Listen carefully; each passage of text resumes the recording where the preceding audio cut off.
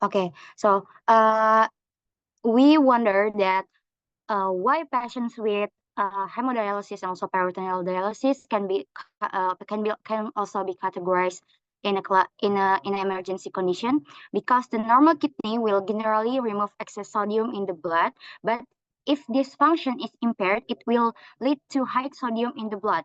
Jadi kenapa pasien-pasien yang diberikan tata laksana hemodialisa ataupun peritoneal dialisa ini berpotensi mengalami kegawat daruratan? Pertama, karena mereka tidak memiliki fungsi ginjal yang normal. Karena pada umumnya fungsi ginjal yang normal itu akan mengeluarkan natrium berlebih dalam darah.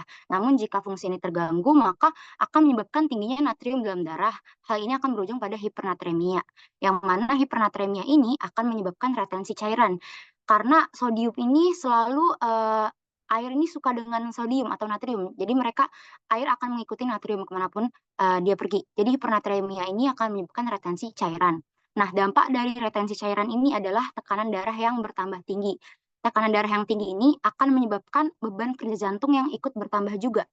Tidak hanya natrium, kalium yang berlebih juga tidak akan terbuang melalui urin, akibatnya di tubuh akan mengalami kondisi hiperkalemia.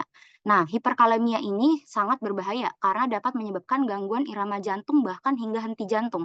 Oleh karena itu, dampak dari gagal ginjal kronik ini dapat berujung pada masalah kegawat daruratan dan diperlukan adanya penata laksanaan prosedur guna menggantikan fungsi ginjal yang hilang, yaitu hemodialisa dan juga peritoneal dialisa ataupun transplantasi ginjal. Next. So, because we already complete our medical nursing course, I will explain the pathway in a briefly way. Jadi ini ada pathway terkait ini ya, teman-teman, CKD. Nah, semua CKD ini awalnya ditimbulkan disebabkan oleh adanya komplikasi atau hipertensi yang tidak terkontrol. Kemudian ada acute kidney disease yang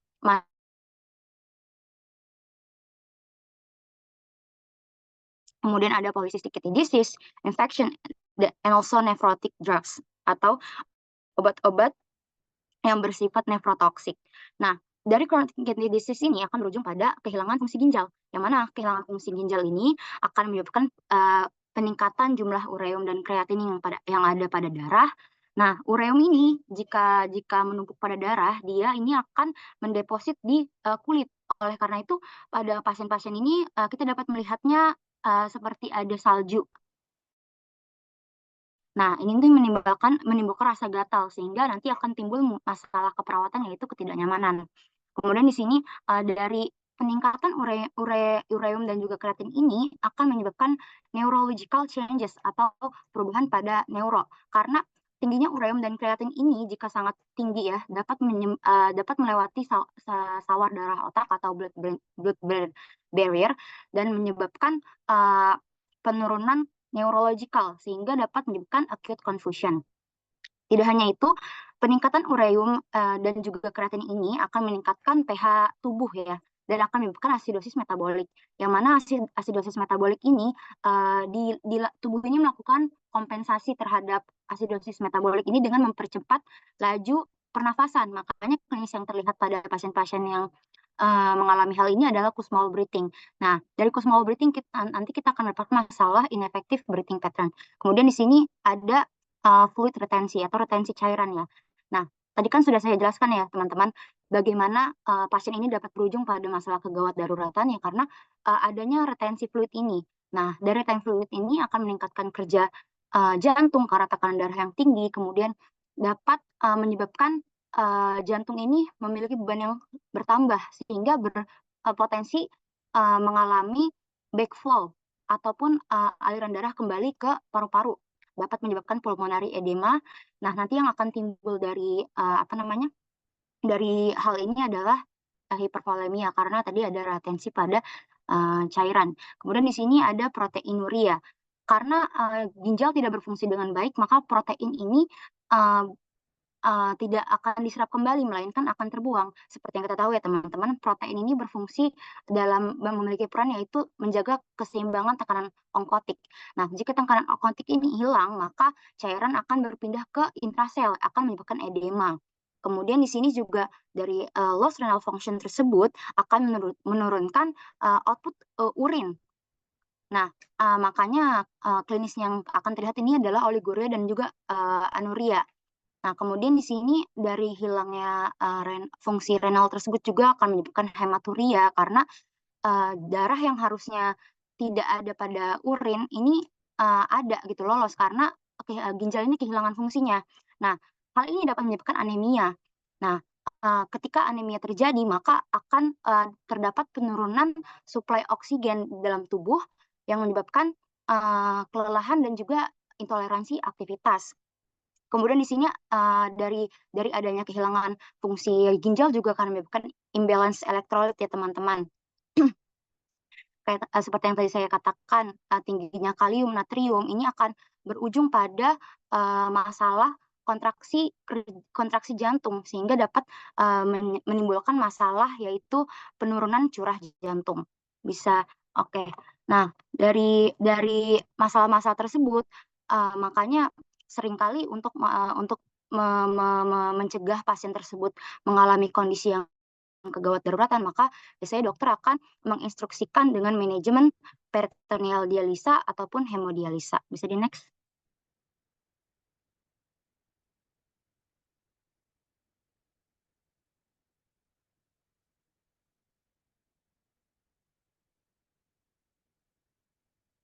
Oke, selanjutnya ini ada data-data yang atau supporting data. Jadi pada pasien yang dilakukan oleh uh, yang dilakukan peritoneal dialisa ataupun hemodialisa ini harus memiliki GFR, yang mana GFR-nya ini adalah kurang dari 30 atau berada pada kondisi chronic kidney disease stadium 4. Nah, bisa dilihat ya teman-teman, stadium pertama ini GFR-nya 90 atau lebih ini tergolong normal, kemudian stage kedua GFR-nya ini 60 sampai 89 ini termasuk ke dalam kehilangan fungsi ginjal yang ringan, kemudian GFR stadium 3A ini dan juga 3 ke dalam kehilangan fungsi ginjal yang sedang hingga berat. Kemudian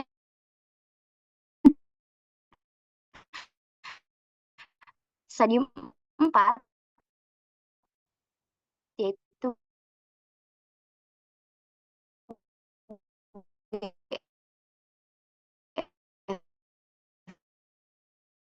memperlambat perburukan pada ginjal seperti ACE inhibitor, kemudian ARBs, kemudian SGLT2 dan non-steroidal.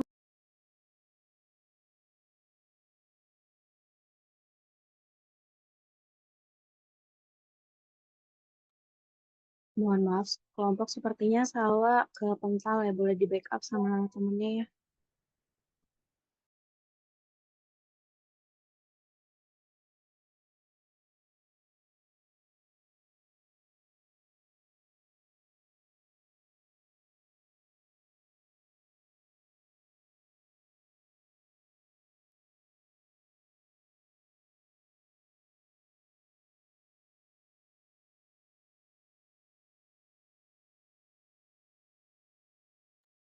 Sekali lagi kepada kelompok, apakah ada yang bisa backup Salwa terlebih dahulu untuk melanjutkan presentasi ini?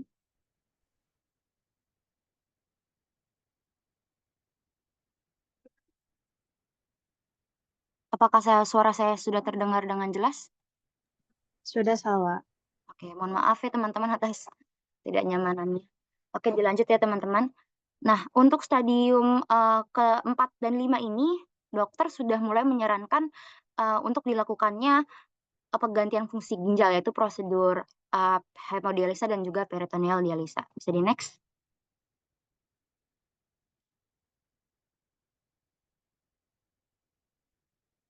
Baik, untuk selanjutnya ada selection of hemodialysis and peritoneal dialysis procedures.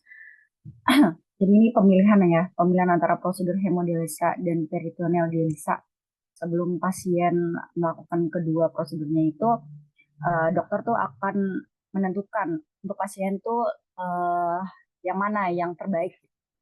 Nah, untuk perbedaannya sendiri itu hemodialisa menggunakan mesin sebagai membran untuk menyaring.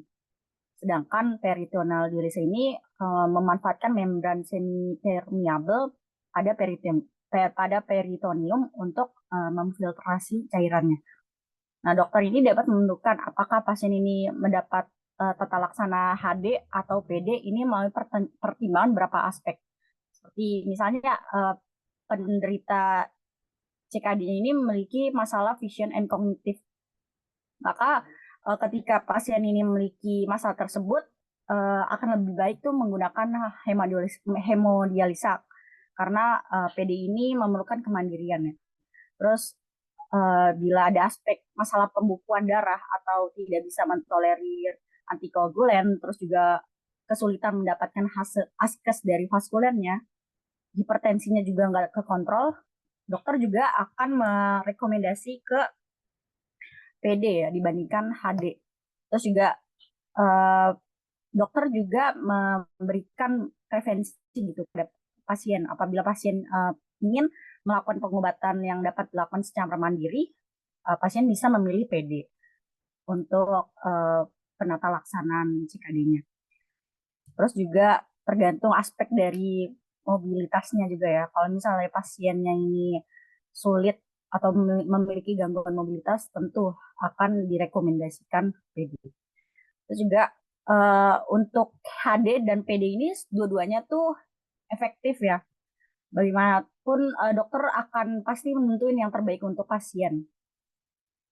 Next.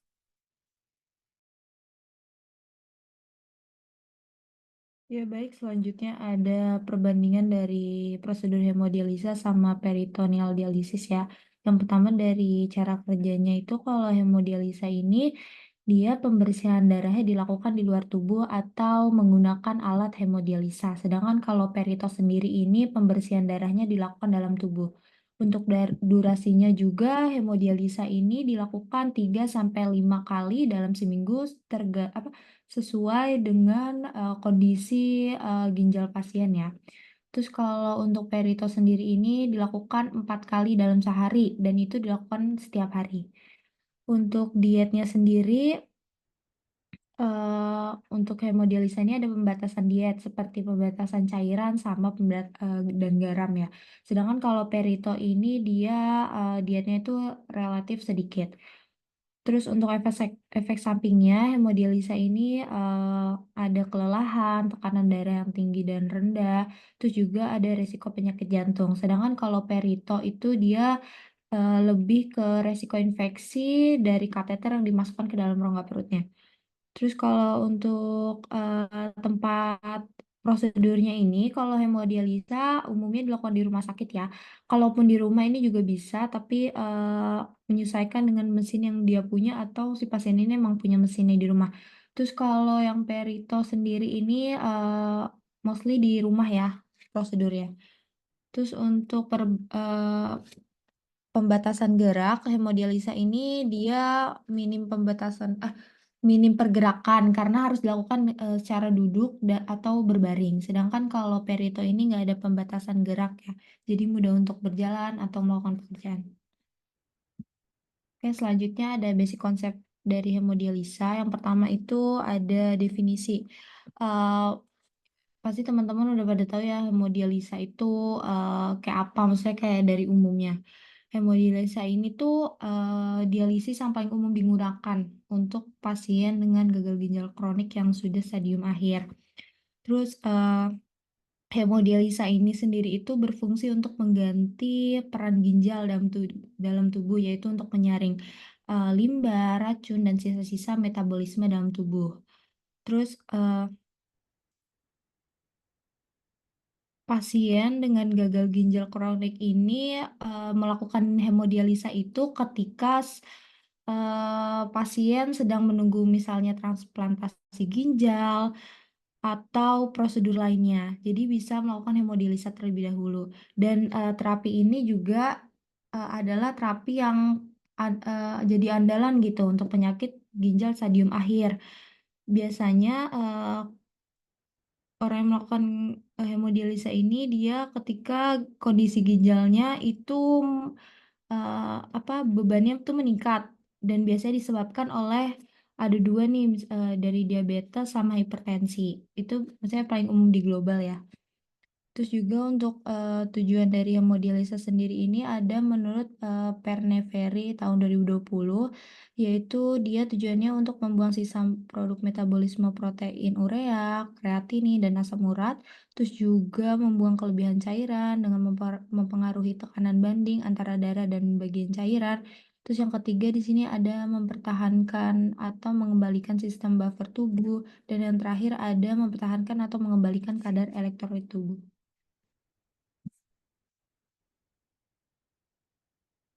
Baik, selanjutnya ini ada principle of hemodialysis. As you can see in the picture, the principle of the hemodialysis process starting with blood which will flow out of the body through an arterial bloodline pipe into an arterial kidney atau biasa disebut dialiser. Jadi proses hemodialisa ini dimulai dari darah yang akan dialirkan keluar tubuh melalui pipa arterial bloodline ke dalam ginjal buatan atau biasa disebut dialiser. Nah, di dalam dialiser ini terjadi blood filtering process atau proses penyaringan darah. Tabung dialiser ini mempunyai dua ruangan ya, bisa dilihat itu. Ada ruangan yang berisi darah dan ada ruangan yang berisi cairan dialisat. Nah, dua ruangan ini tuh akan dipisahkan melalui membran semi permeable yang berfungsi sebagai penyaring. Lalu dialiser ini tuh mempunyai 4 tabung. Yang pertama ini ada lubang untuk darah, itu bisa dilihat di gambar ya, ada yang warna merah sama warna biru yang di bawah. Lalu ada lubang untuk cairan dialisat di bagian sampingnya. Lalu cara kerja dialiser ini melalui proses ada 3, yaitu difusi, osmosis, dan juga ultrafiltrasi. Nah, tabung dialiser ini tuh akan memfasilitasi pertukaran zat sisa dari darah ke cairan dialisat. Urea, kreatinin, dan juga cairan ekstra akan melewati membran dan akan dibuang. Lalu darah yang sudah dibersihkan ini akan dialirkan kembali ke dalam tubuh. Boleh di next? Ya, ini according to Brunner and Sudar tahun 2015, there are 3 principles underlying how the hemodialysis work, namely diffusion. Jadi difusi ini tuh pada proses ini tuh toksik atau zat limbah dalam darah ini akan dikeluarkan melalui proses difusi dengan cara darah yang memiliki konsentrasi yang tinggi ini akan bergerak menuju ke darah yang memiliki konsentrasi yang rendah. Nah, cairan dialisis ini tersusun dari elektrolit yang penting untuk konsentrasi ekstrasel yang ideal. Lalu yang kedua ini ada osmosis. Jadi air yang berlebih ini akan dikeluarkan melalui proses osmosis. Pengeluaran air ini dapat dikendalikan dengan menciptakan gradien tekanan air yang bergerak dari daerah dengan tekanan yang lebih tinggi atau tubuh pasien ke tekanan yang lebih rendah, yaitu cairan dialisat. Lalu yang ketiga ini, yang terakhir, ada ultrafiltrasi. Jadi di dalam ultrafiltrasi ini, gradien ini dapat ditingkatkan melalui penambahan tekanan negatif yang dikenal sebagai ultrafiltrasi pada mesin dialisis. Jadi tekanan negatif ini tuh akan diterapkan pada alat ini sebagai kekuatan pengisap pada membran dan memfasilitasi pengeluaran air, karena pasien ini tidak dapat mengsekresikan air. Kekuatan ini tuh diperlukan untuk mengeluarkan cairan hingga tercapainya keseimbangan cairan. Boleh di next?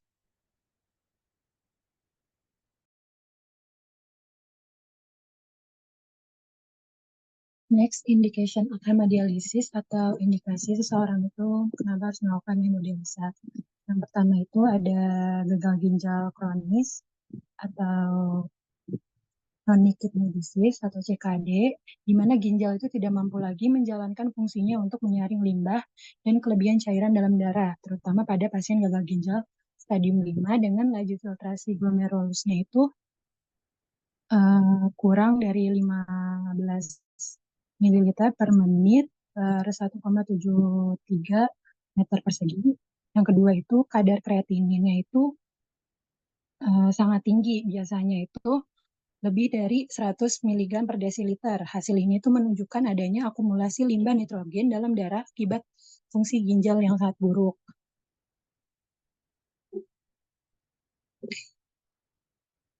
Yang kedua tadi itu kreatininnya itu yang sangat tinggi, biasanya lebih dari 8 sampai 10 mg per desiliter. Hasil ini menunjukkan bahwa ginjal tidak dapat membuang kreatinin secara memadai.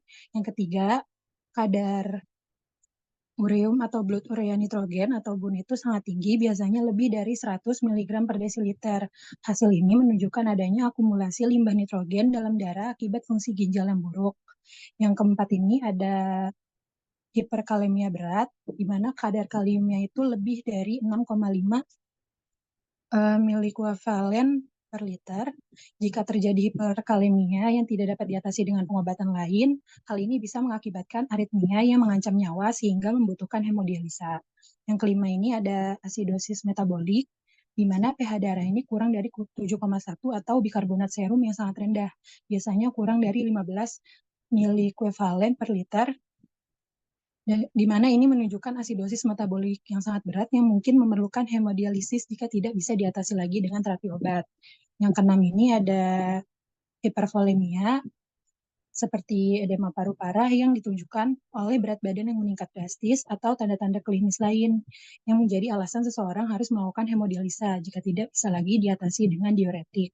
Yang ketujuh ini ada hipernatremia atau hiponatremia yang parah, seperti natrium serumnya ini kurang dari 120 milikuivalen per liter atau lebih dari 160 milikuivalen per liter. Biasanya menjadi indikasi untuk seseorang ini melakukan hemodialisis dalam situasi tertentu. Yang kedelapan ini ada hiperfosfatemia yang berat.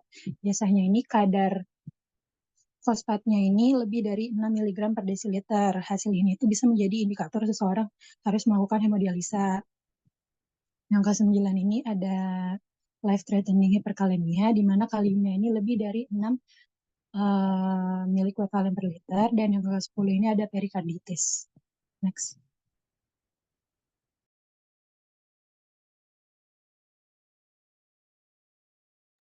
Ya, baik. Selanjutnya ini ada kontraindikasi dari hemodialisis. Yang pertama ini ada kontraindikasi umum, yaitu lack of adequate vascular access or difficult access. Jadi hemodialisis ini kan memerlukan akses ke pembuluh darah.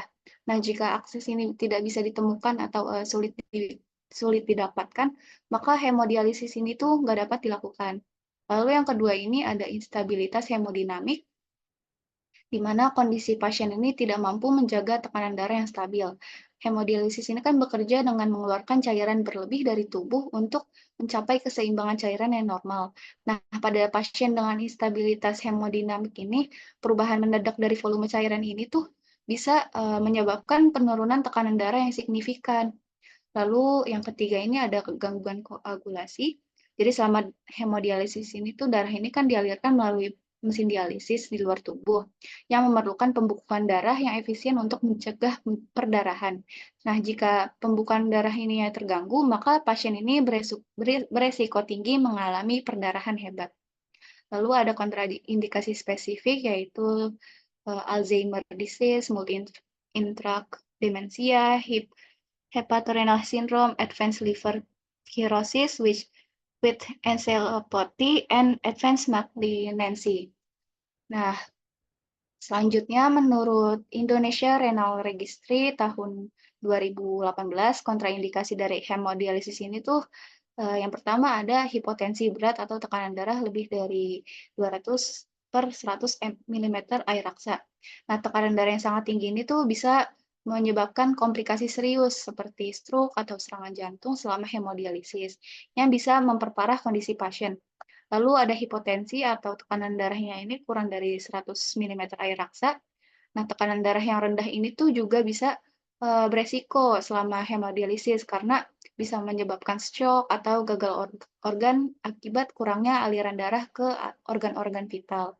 Lalu yang ketiga ini ada severe bleeding atau adanya perdarahan hebat. Jadi pasien ini dengan perdarahan hebat aktif ini tuh beresiko mengalami perdarahan yang lebih parah lagi ketika dilakukannya hemodialisis karena prosedur ini tuh melibatkan aliran darah yang keluar dari tubuh yang dapat memperburuk kondisi perdarahan. Selanjutnya ini ada high fever atau demam tinggi. Jadi demam tinggi ini kan seringkali merupakan tanda infeksi atau kondisi medis serius lainnya. Nah, hemodialisis ini tuh dapat memperburuk infeksi atau membuat tubuh lebih sulit untuk melawan penyakit, sehingga sebaiknya prosedur ini ditunda dulu sampai penyebab dari demamnya ini diatasi. Boleh di next? Next ada frekuensi hemodialisa berdasarkan dari tingkat keparahan penyakit gagal ginjal yaitu. Yang pertama ada gagal ginjal akut atau acute kidney injury, di mana frekuensi hemodialisanya ini tergantung pada kondisi klinis pasien. Biasanya dilakukan lebih sering, bisa setiap hari atau beberapa kali dalam seminggu sampai fungsi ginjalnya ini mulai membaik atau stabil. Kedua ini ada gagal ginjal kronis tahap awal atau CKD. Pada tahap awal CKD ini, tahap 1-4, hemodialisa biasanya belum diperlukan, tapi hanya berfokus pada pengendalian faktor resiko dan pengelolaan kondisi untuk memperlambat progresivitas penyakit. Yang ketiga ini ada gagal ginjal kronis tahap akhir atau end-stage renal disease atau CKD tahap 5. Pada tahap ini atau tahap akhir CKD ini, hemodialisa umumnya dilakukan 2-3 kali dalam seminggu. Setiap sesinya biasanya berlangsung selama 3-5 jam. Frekuensi ini juga tergantung pada kapasitas sisa fungsi ginjal, kondisi pasien, dan ada atau tidaknya komplikasi seperti hipervolemia atau ketidakseimbangan elektrolit. Next. Oke, selanjutnya ada komplikasi dan penanganannya ya. Di sini ada komplikasi yang umum terjadi pada pasien hemodialisa. Yang pertama yaitu hipotensi intradialitik. Ini hal ini tuh menyebabkan hasil jangka panjang yang buruk karena peningkatan angka kematian dan peningkatan angka kelainan gerakan dinding regional sama dialisisnya dan dikenal sebagai pemingsangan miokard. Nah, hipotensi ini biasanya muncul gejala seperti pusing, sakit kepala, mual, dan gejala yang nggak kelihatan. Penata laksana ini bisa memposisikan pasien dengan posisi Trendelenburg dan memberikan cairan bolus 100 mililiter. Terus yang kedua di sini ada kram otot. Faktor-faktor yang memicu ini itu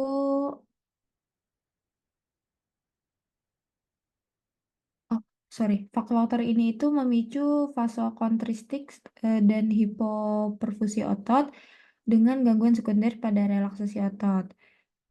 Terus kalau kram otot ini terjadi bersama dengan hipotensi, pengobatan yang pertama ini bisa salin 0,9% itu paling efektif dan melakukan peragangan paksa pada otot yang terlibat itu dapat meredakan nyeri. Terus yang ketiga di sini ada demam ya. Selama prosedur hemodialisis ini perubahan suhu dialisa juga dapat meningkatkan atau menurunkan suhu tubuh. Nah, pasien ini kadang-kadang merasa menggigil. Itu adalah indikasi pertama dari penurunan suhu dialisat. Terus demam ini juga patut kita waspadai karena dapat mengakibatkan vasodilatasi pembuluh darah dan meningkatkan resiko ketidakstabilan kardiovaskuler dan hipotensi. Terus juga demam ini itu berbahaya karena bisa mencetus kejang yang mengakibatkan kerusakan cerebral. Untuk pencegahannya ini dapat dilakukan edukasi tentang perawatan akses vaskuler, memantau tanda infeksi dan mengatur suhu dialisat dengan tepat. Terus bisa mengatur ulang suhu dialisat pada suhu 36,7 sampai 38,3 derajat. Terus memberikan selimut tebal, memberikan kompres hangat, monitor suhu tubuh, dan memberikan antipiretik. Terus yang keempat di sini ada pencabutan jarum vena. Ini tuh merupakan komplikasi yang jarang ya, yang jarang sampai mengancam jiwa. Namun faktor utama yang menyebabkan lepasnya jarum ini berhubungan dengan perawatan akses yang tidak tepat, yaitu seperti penempelan pipa akses ke kulit yang nggak tepat, sambungan pipa pengunci luarnya kendor, terus garis darah tidak dilingkar dengan longgar, atau lokasi aksesnya nggak terlihat. Terus yang kedua di situ faktornya ada dari pasien sendiri, yaitu pasien ini kebingungan dalam menarik jarum suntik saat jarum keluar dari akses. Terus tindakan dan yang paling tepat ini melakukan tindakan yaitu menjaga lokasi akses tetap terlihat setiap saat dan menjaga pasien beresiko tinggi tetap dekat dengan ruang perawat. Terus di sini juga ada tindakan pencegahan untuk akses vaskuler ya, yaitu jangan menyebabkan trauma tambahan pada lokasi akses seperti menghindari memakai pakaian atau perhiasan yang ketat, terus membawa barang yang berat, apalagi terutama pada bagian tangan yang ada aksesnya. Terus juga jangan menindih bagian tangan lengan yang ada aksesnya. Terus yang kedua ada menghindari pengambilan darah dan pengukuran tekanan darah pada lengan yang terpasang akses. Terus yang ketiga di sini ada menggunakan tekanan yang lembut untuk menghentikan pendarahan.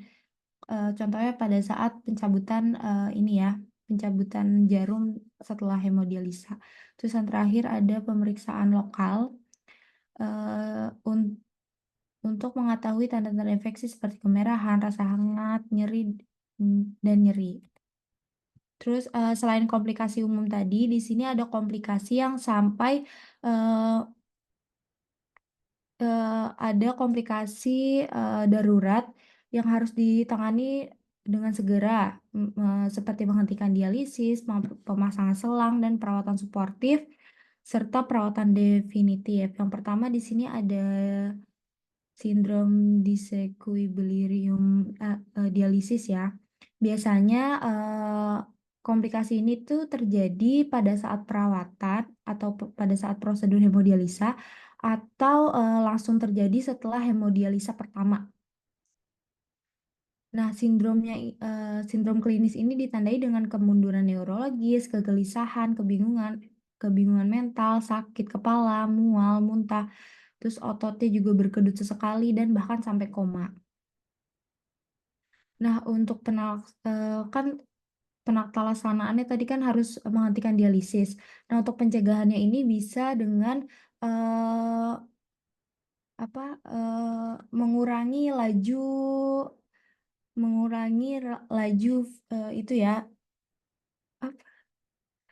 mengurangi laju dialisisnya untuk mencegah terjadinya komplikasi ini. Dan menggunakan obat-obatan. Yang kedua di sini ada reaksi dializer, itu dibagi dua tipe. Yang pertama itu tipe A, anafilaksis, yaitu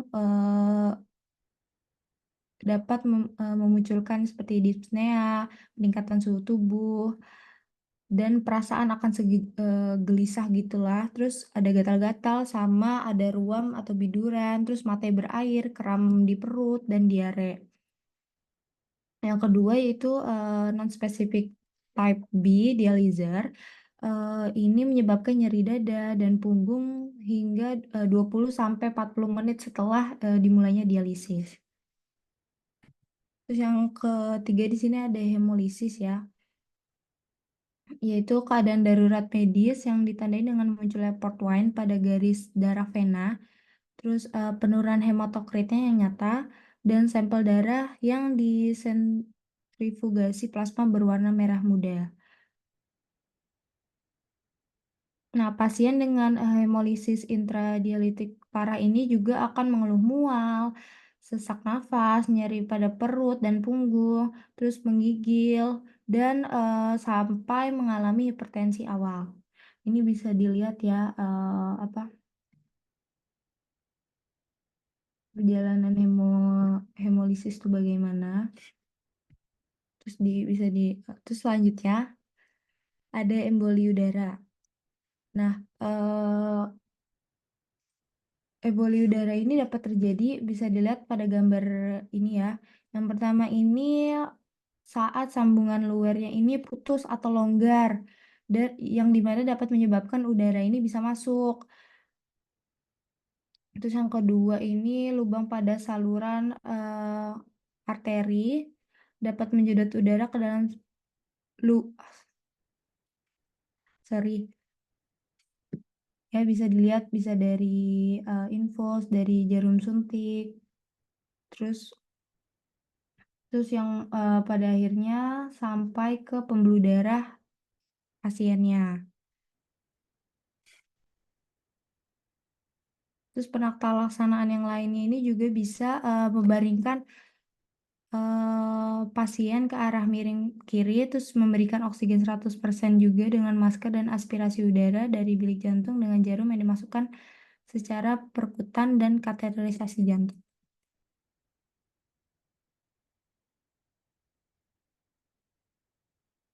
Oke, ini yang tadi. Oke, selanjutnya ada tipe akses hemodialisis ya. Yang pertama ini yang paling umum yang kita tahu itu Simino atau atriovenous fistula. Ini itu yang akses yang paling lama ya untuk hemodialisa dan untuk tingkat komplikasinya ini yang paling rendah dari 3 jenis akses yang ada. Terus akses ini tuh merupakan akses yang paling ideal karena akses ini tuh dibuat menggunakan pembuluh darah pasien sendiri, jadi tanpa adanya tambahan alat dari luar.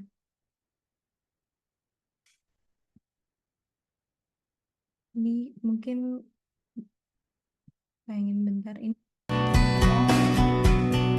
Ini adalah proses itu ya, pemasangan akses dari fistula.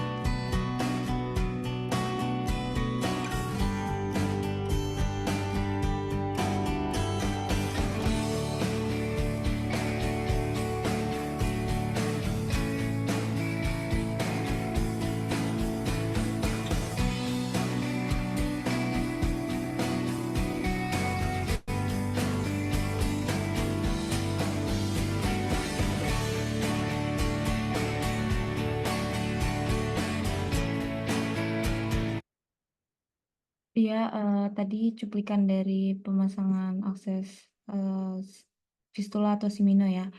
Terus selanjutnya di sini ada akses atriovenous graft, yaitu akses ini dibuat dengan membuat terowongan subkutan atau cangkok, jadi memasukkan tabung sintesis gitu ke dalam pembuluh darah.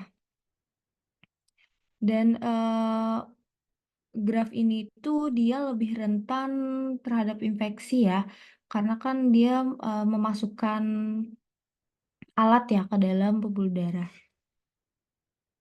Ini untuk videonya nanti bisa ditonton aja ya caranya. Kok kesetel? Yes, yang terakhir di sini ada CVC atau CDL.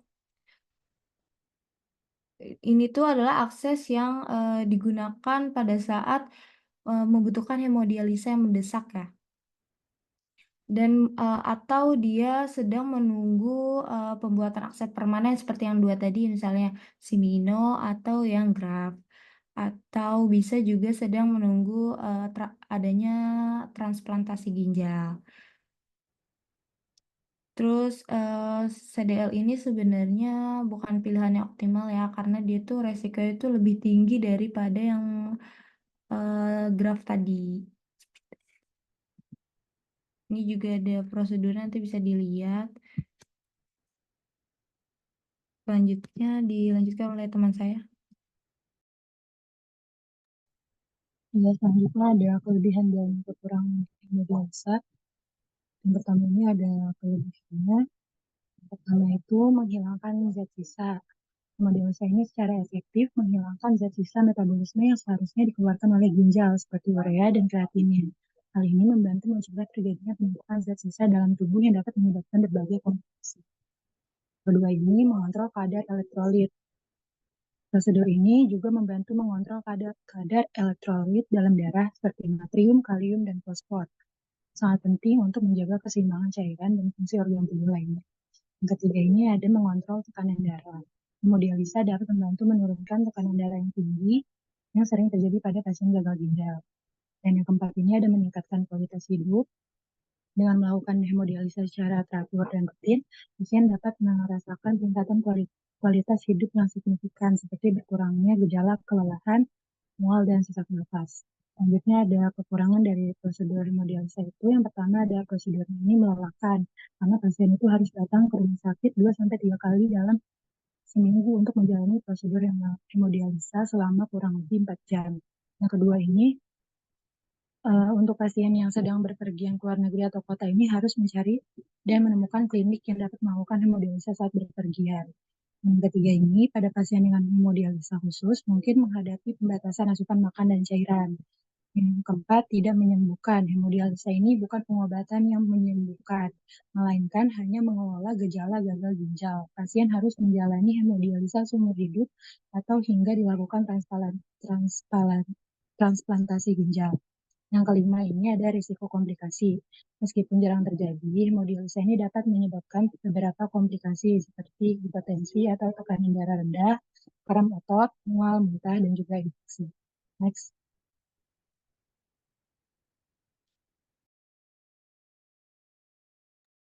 Ya, baik. Selanjutnya ini ada BPJS Kesehatan Coverage for Dialysis. Nah, jadi untuk biaya per sesi cuci darahnya ini tuh berkisar antara 800.000 hingga 1 juta.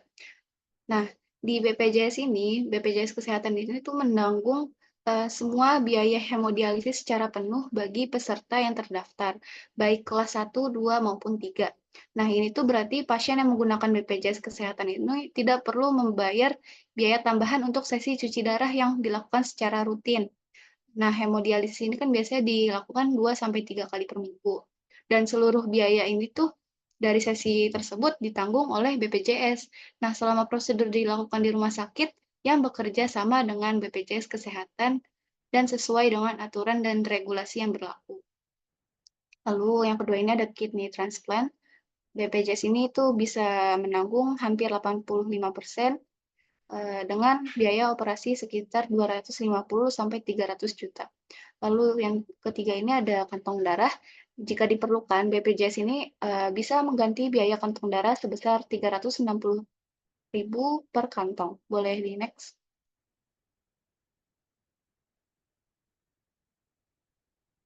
Nah, namun tentunya adapun syarat-syarat administrasinya, yaitu untuk mendapatkan layanan cuci darah yang ditanggung BPJS ini, peserta ini harus memenuhi beberapa syarat, yaitu memiliki kartu BPJS Kesehatan yang aktif, lalu juga surat rujukan dari dokter, lalu juga didiagnosis gagal ginjal kronis, lalu juga berat badan minimal 45 kg, dan usia minimal 18 tahun. Lalu tidak ada batasan jumlah untuk sesi cuci darah yang ditanggung oleh BPJS Kesehatan. Namun peserta ini tetap perlu memenuhi persyaratan administrasi dan juga medis yang berlaku. Nah, pada tahun 2019 ini peserta BPJS Kesehatan yang membutuhkan layanan cuci darah hanya membayar iuran sebesar 25.500 hingga 81.000 per bulannya. Namun sejak bulan Juli tahun 2020 iuran BPJS Kesehatan peserta mandiri ini mengalami kenaikan, yaitu untuk kelas 1 dengan biaya 150.000 per bulannya, lalu kelas 2 100.000 per bulan, dan kelas 3 ini 35.000 per bulan.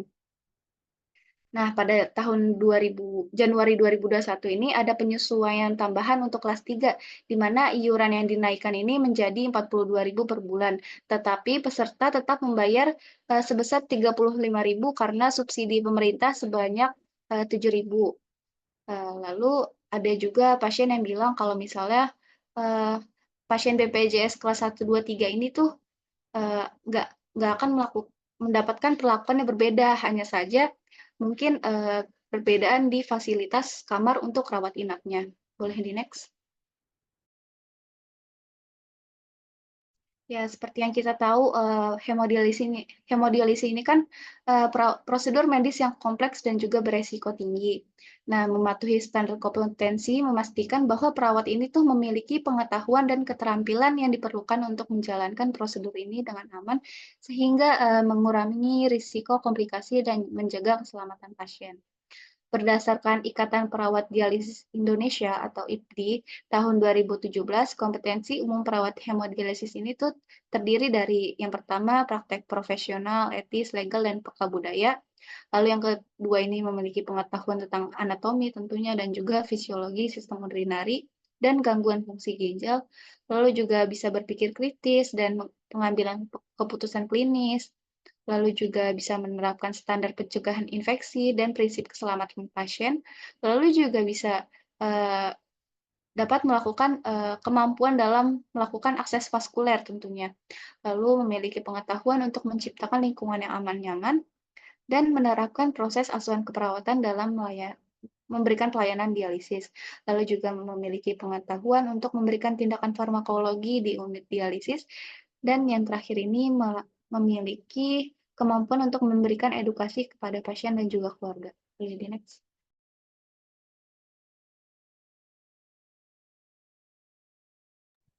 Selanjutnya ada peran perawat hemodialisa, itu melakukan pengawasan kondisi pasien dan perlengkapan. Yang pertama itu ke pasien itu mengawasi tanda pita, kesadaran, respon pasien sama prosedur. Terus untuk pengawasan terhadap perlengkapan itu dan mesin meliputi pengawasan terhadap tekanan arteri, tekanan vena, UFR, QP, QD, pengawasan dialiser, selang darah dan sambungan, pengawasan setting pada monitor, pompa heparin dan alarm udara serta monitoring volume darah dan nilai hematokrit selama hemodialisis.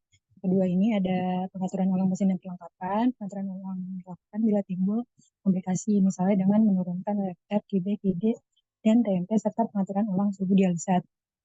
Yang ketiga ini ada melakukan keterampilan keperawatan pengaturan posisi pasien, misalnya pengaturan posisi Trendelenburg pada pasien potensi, pengaturan posisi datar saat hipertensi, memberikan kompres hangat pada area yang nyeri, terutama pada pasien demam, masase pada area yang nyeri.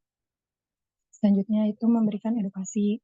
Edukasi itu diberikan untuk mencegah komplikasi, meliputi edukasi tentang pentingnya menurunkan berat badan, menghindari antihipertensi selama 4 jam sebelum dialisis, menghindari makan saat hemodialisis, mematuhi diet dan pembatasan cairan, serta melakukan hemodialisis secara rutin. Yang selanjutnya itu ada kolaborasi seperti pemberian infus, pemberian antiemetik, pemberian quinine, pemberian oksigen pada pasien nyeri dada, pemberian sesak nafas, pemberian nitrogliserin, monitoring EKG, serta pemberian antifilaksis. Next.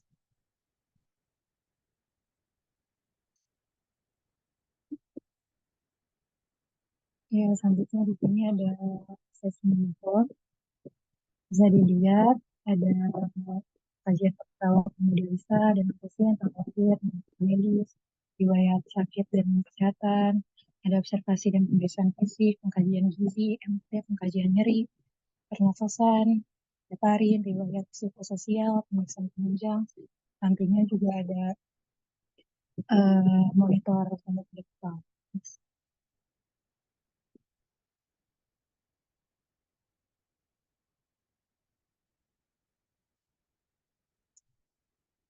Selanjutnya ada prosedur operasional hemodialisa.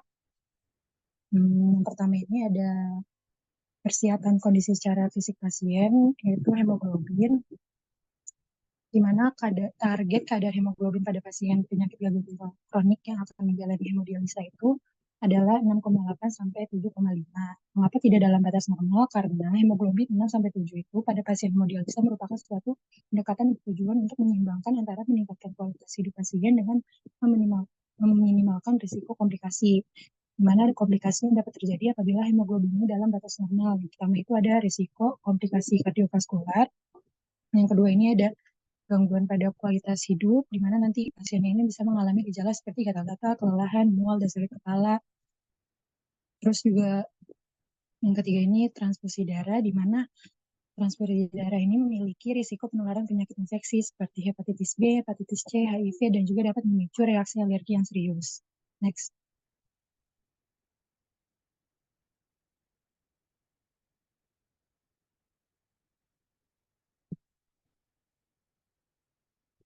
Selanjutnya ini di sini juga ada pemeriksaan penyakit infeksi. Semua pasien harus diperiksa HBV, HCV, HIV, HBsAg, anti-HCV, antibodi harus diperiksa setiap 3 bulan pada pasien yang negatif HBsAg dan anti-HCV. Terus anti-HIV, antibodi harus dicek setiap 6 bulan. Pasien dengan infeksi HBV kronis membutuhkan pemeriksaan tes HBsAg setiap tahun. Semua pasien hemodialisis dengan HBsAg negatif harus divaksinasi hepatitis B. Pasien yang positif HBsAg, HBeAg, dan HBV-BNA harus hemodialisis dengan mesin dan ruangan yang terpisah. Next.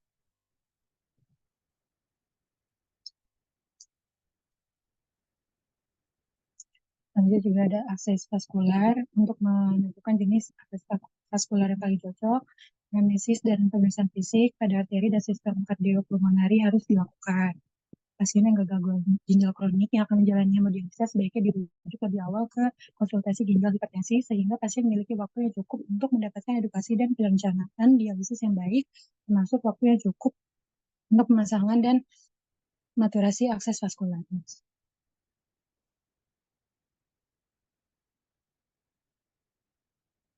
Dan selanjutnya ada SOP hemodialisa. Yang pertama ada tahap persiapan mesin, di mana sirkulasi air dan listrik, keran air dibuka, mesin dihidupkan, masukkan tabing merah ke mesin, masukkan tabing biru ke bikarbonat. Seperti yang di sebelah kanan video ini. Next.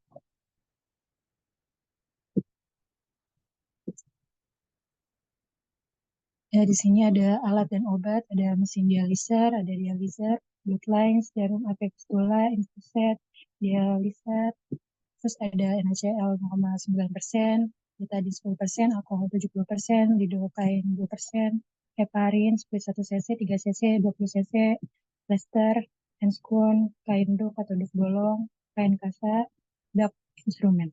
Next.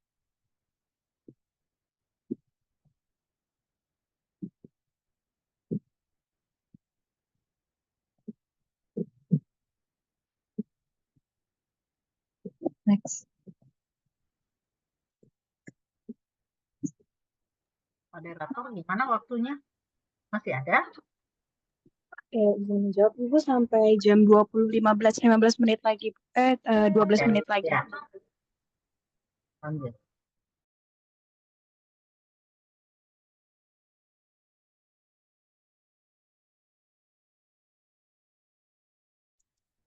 Boleh dilanjut, Pak?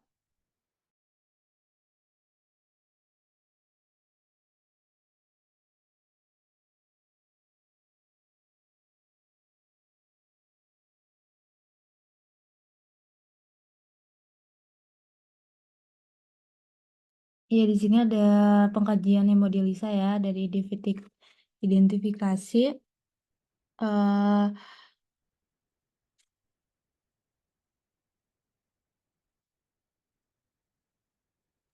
Wah, udah dikirim ke Ibu belum sih materi ini?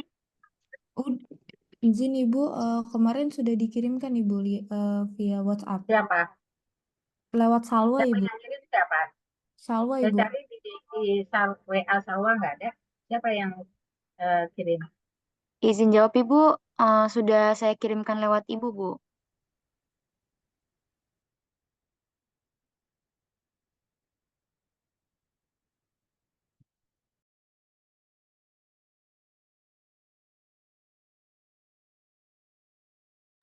Namanya siapa kamu yang ngirim? Salwa Ibu. Mungkin saya kirim ulang lagi ya, Bu. Oke. Lanjut. Masih ada ya? Sekarang peritoneal. Ya, silakan.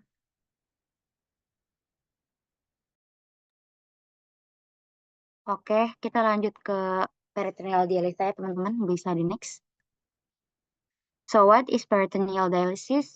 Peritoneal dialysis is a procedure that uses a peritoneal serosa membrane in the abdominal cavity as a filtration membrane to filter waste in the blood. Jadi peritoneal dialysis ini merupakan sebuah prosedur yang menggunakan membran peritoneum sebagai membran filtrasi untuk memfiltrasi zat-zat sampah sisa metabolisme yang ada dalam darah.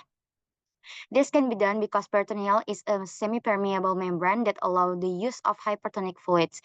Jadi ini dapat berfungsi ya karena peritoneal ini merupakan membran semi-permeable yang memungkinkan cairan hipertonik itu untuk mengumpulkan ataupun menarik sisa-sisa zat-zat sisa metabolisme.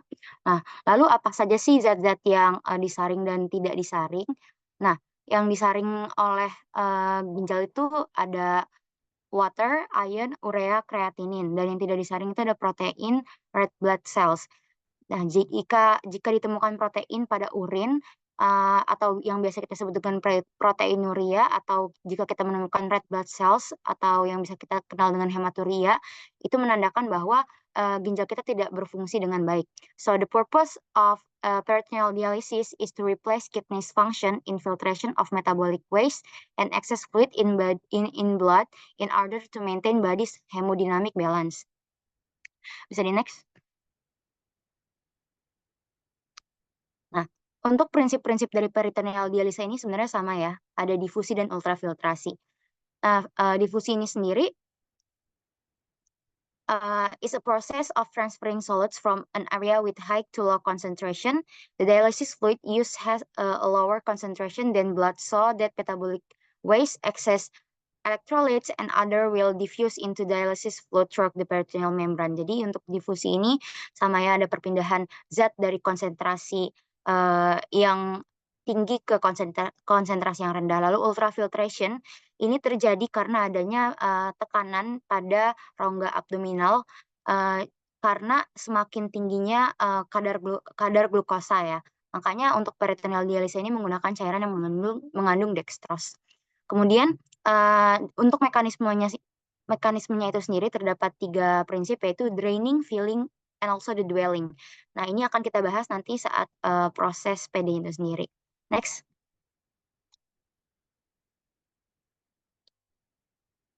Oke, di sini ada beberapa jenis dari solution dialysis solution atau cairan yang digunakan untuk dialisis ya teman-teman. Nah, di sini ada yang warna kuning dengan konsentrasi 1,5%, konsentrasi dextrose-nya 1,5%, kemudian hijau ini 2,5% dan merah ini 4,25%. Nah, yang biasa digunakan ini adalah yang warna kuning dan hijau ya teman-teman. Sedangkan untuk yang merah ini atau 4,25% ini digunakan dengan pemantauan dari tenaga kesehatan. Karena semakin tinggi kadar konsentrasi dextrose-nya, dia akan semakin banyak menarik cairan yang ada. Jadi dokter sendiri untuk menentukan cairan mana yang akan digunakan itu berdasarkan asesmen kelebihan cairan yang ada pada pasien. Bisa di next. Nah, ini ada indikasi dan kontraindikasi. Pertama ada difficulty vascular access ya. Ini merupakan sama aja ya kayak yang udah dijelasin pas hemodialisa. Indikasi dilakukan PD ini adalah pada pasien GGK yang kesulitan gitu dalam mencari akses vaskular sehingga dia tidak bisa HD melainkan bisa diganti dengan PD atau peritoneal dialisa. Nah, kenapa bisa terjadi kesulitan vaskular akses ini? Dikarenakan beberapa orang memiliki pembuluh darah yang sangat sulit untuk ditemukan dan mudah pecah saat menghadapi tekanan darah yang tinggi selama prosedur HD berlangsung. Jadi jadi kondisi tersebut mengharuskan pasien mendapatkan prosedur PD dibanding HD. Kemudian ada unstable hypertension. Kemudian ada patients cannot tolerate antikoagulan. Jadi pasien ini tidak bisa mentoleransi antikoagulan atau pasien juga memiliki masalah pembekuan darah ya, seperti hemofilia, trombositopenia, atau masalah pembekuan darah yang lainnya. Nah, jadi akan sangat disarankan untuk pasien dengan GGK tersebut diberikan tata laksana PD dibandingkan HD. Kemudian di sini juga ada indikasi-indikasi dari kondisi-kondisi gangguan elektrolit ya, sama seperti yang udah dijelaskan pada indikasi gagal ginjal. Jadi diberikan PD ini pada pasien yang memang memiliki tanda-tanda dari zat kimia darahnya ini yang mengindikasikan adanya gangguan elektrolit dan cairan. Kemudian di sini ada kontraindikasi. Pertama, ada previous history of abdominal surgery and also abdominal adhesion. Jadi adanya riwayat dari pembedahan abdominal sebelumnya kan. Nah, dari adanya pembedahan abdominal ini kan dapat menimbulkan jaringan parut ya pada rongga abdominal dan juga peritoneum. Nah, sedangkan peritoneal dialisa ini menggunakan membran peritoneum sebagai membran penyaringnya gitu. Nah, jika membran ini terdapat jaringan parut ataupun tidak bisa berfungsi dengan efektif, maka tidak akan bisa dilakukan peritoneal dialisa. Kemudian ada juga immunosuppressed patients atau pasien dengan imunosupres. Nah, ini dapat meningkatkan resiko infeksi ya. Kemudian ada abnormalitas pada invertebral disc. Jadi karena PD ini kan akan memasukkan cairan ya di dalam rongga peritoneum, dikhawatirkan akan memperburuk nyeri yang yang dirasakan pada pasien yang memiliki invertebral disc. Next.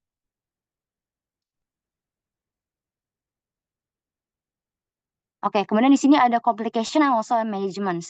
Nah, kita bagi menjadi dua kategori, yaitu komplikasi yang infeksi dan juga infectious complication and also non-infectious complication. Nah, untuk infeksi yang komplikasi yang bersifat infeksius ini ada peritonitis ataupun infeksi yang ada pada exit site dari kateter peritoneal dialisa. Nah, untuk manajemennya ini dapat diatasi atau dicegah dengan menggunakan teknik aseptik ataupun perawatan pada exit care. Kemudian ada komplikasi non-infectious seperti uncomfortable or pain during filling process and longer draining time. Jadi bisa menimbulkan ketidaknyamanan dan nyeri pada saat memasukkan cairan. Nah, cara untuk mengatasinya ini adalah dengan menghangatkan temperatur cairan dialisatnya ataupun mengatur ketinggian tiang menjadi lebih rendah. Oke, selanjutnya kita akan membahas terkait next. Nah, exit site care ya teman-teman. Pertama, alat-alat yang dibutuhkan untuk exit site care sendiri ada mask, ada alcohol wipe, ada iodine swab stick, ada hand disinfectant, ada antibiotic cream, ada sterile gauze, ada dressing, and also micropore tape. Bisa di next.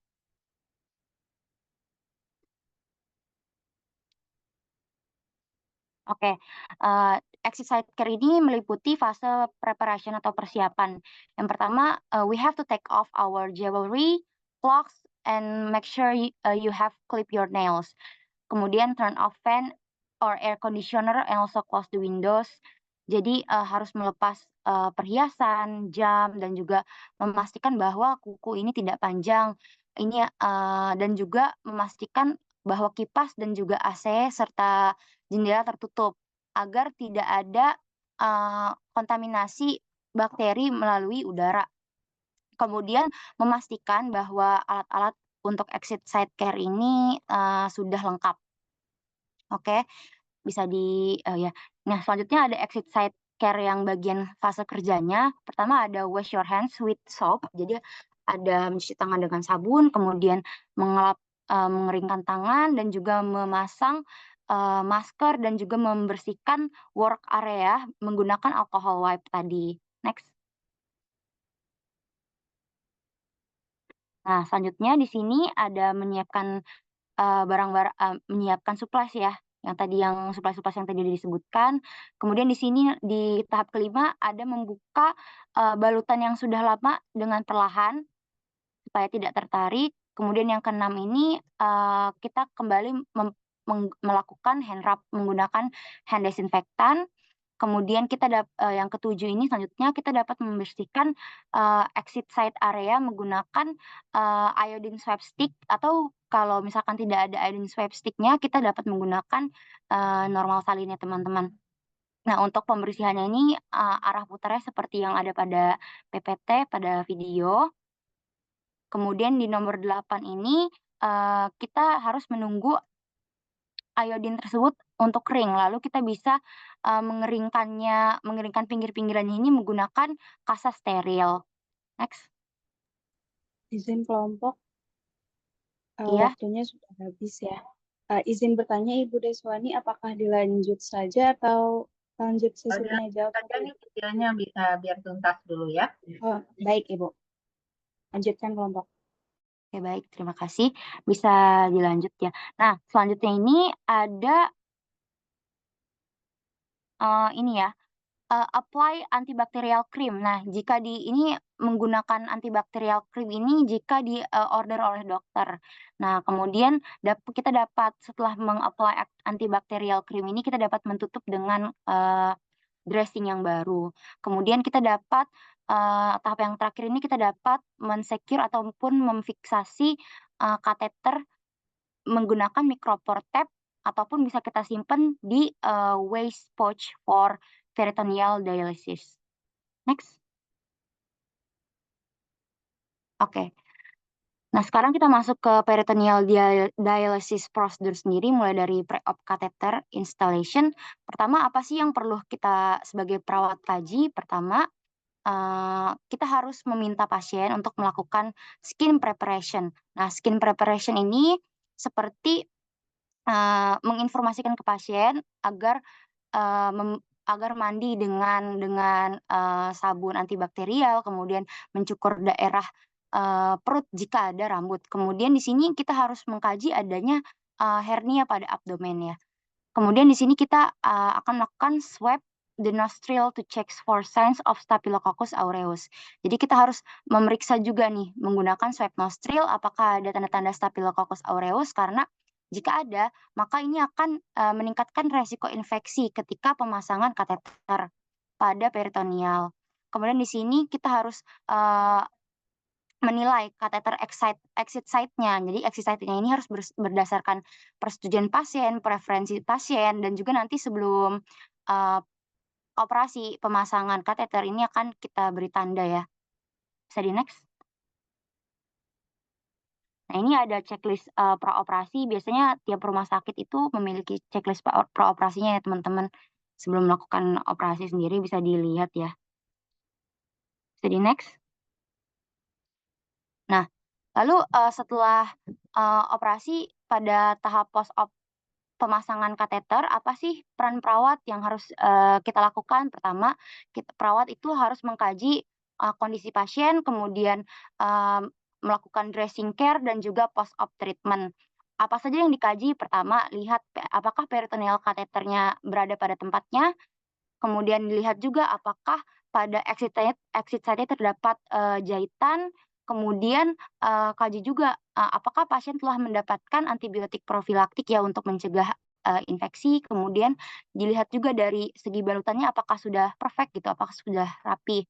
Bisa di next. Nah, kemudian peran perawat selain untuk mengkaji kondisi pasien, perawat juga bisa melakukan dressing care. Nah, dressing care dan juga post-operasi treatment seperti catheter immobilization, cleaning post-op wounds and changing dressing, minimizing intra-abdominal pressure. Yang mana tujuan dari yang kita lakukan ini adalah untuk mencegah trauma seperti ketarik ya oleh pasien selang kateternya ataupun mencegah adanya infeksi pada jahitan kateter peritoneal dan juga memaksimalkan penyembuhan. Bisa di next. Oke, kita sekarang masuk ke prosedur peritoneal dialisa itu sendiri ya. Nah, ada 3 prinsip pada peritoneal dialisa. Pertama ada draining. Draining is a process removing fluid that has been stored in peritoneum for 4 until 6 hours dan for 20 minutes. Jadi draining ini merupakan proses di mana kita remove cairan yang sudah kita simpan di dalam perut selama 4 sampai 6 jam. dan ini dilakukan selama 20 menit. Kemudian ada filling, yaitu mengisi kembali peritoneum yang tadi kan sudah dikeluarkan cairannya. Kemudian kita mengisi kembali dengan cairan dialisat yang baru. Nah, ini dilakukan selama 10 menit. Dan dwelling ini adalah proses mendiamkan cairan dialisat di dalam rongga peritoneum selama 4-6 jam. Untuk proses pergantian cairan dialisat ini dilakukan selama 4 kali sehari. Next.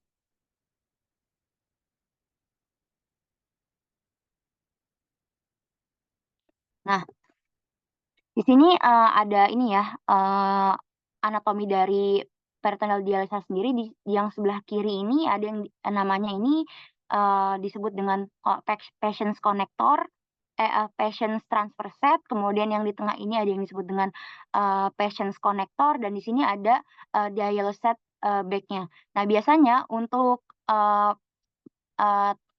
transfer set itu sendiri ini sudah tersambung ya lewat kateter peritoneal yang sudah ditanam.